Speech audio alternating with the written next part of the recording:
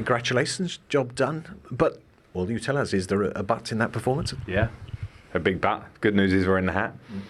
The bad news is it's a small story of our big season, because I don't think Hull played that well in the first half, and I'm not disrespecting them because they showed in the second half that, they could be really dangerous.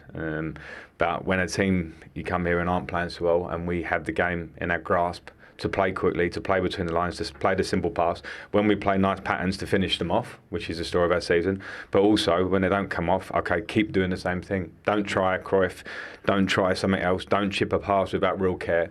And when we do that, we're not a good team. When we play well, we're a good team, but we haven't got the finish. So it allows teams to stay in the game till the 94th minute, like they did. So we cause our own problems on that front. Went back twice, scored with the first attack pretty much from Chelsea. It looked like you were going to push on, and again, we're looking for that ruthless killer instinct. Yeah, and it's a hard one. It's a hard one for me because we work a lot. You get people in front of a goal on match day and it's not coming off for us. And that's a story. And as I say, that keeps people in the game. We have to keep working on that. We have to, because that's going to define you no matter what. Then I feel like a bit of a broken record. Keep saying the same. We're always dominating possession or having the lion's share of possession. We're always having somewhere between 15 and 20 shots on goal, but we're not making that count in terms of goals and firm results. And Tomori's second, that really should end the game as a contest. Yeah. You should manage it from there, should you? Yeah, we should. And there's more goals to be had after that, and the control of the game, as you say.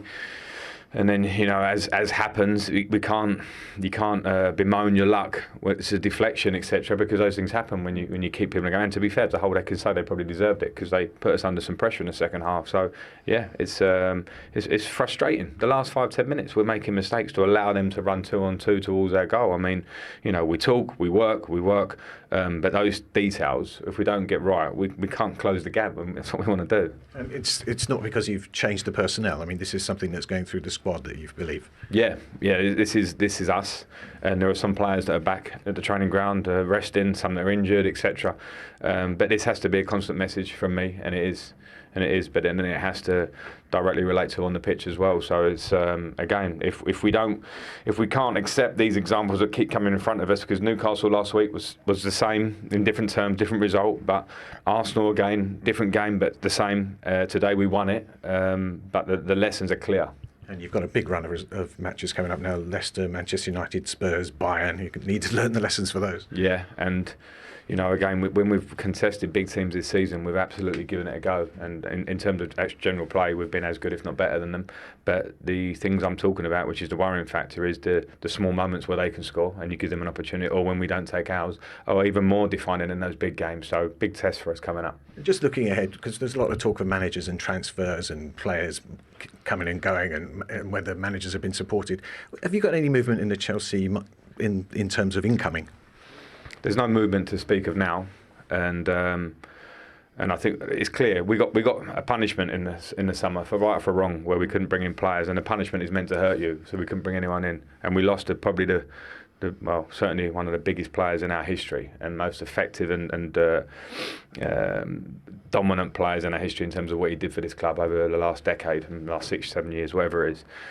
So that's the situation. And my job, I suppose, is the first part of my job is to work every day on the training ground with the players. Every day, can we get better? Can we get better? And to drive that. And then the other part for us as a club is how do we move forward by bringing in players? And we lost ground last summer. So yeah, we're trying to.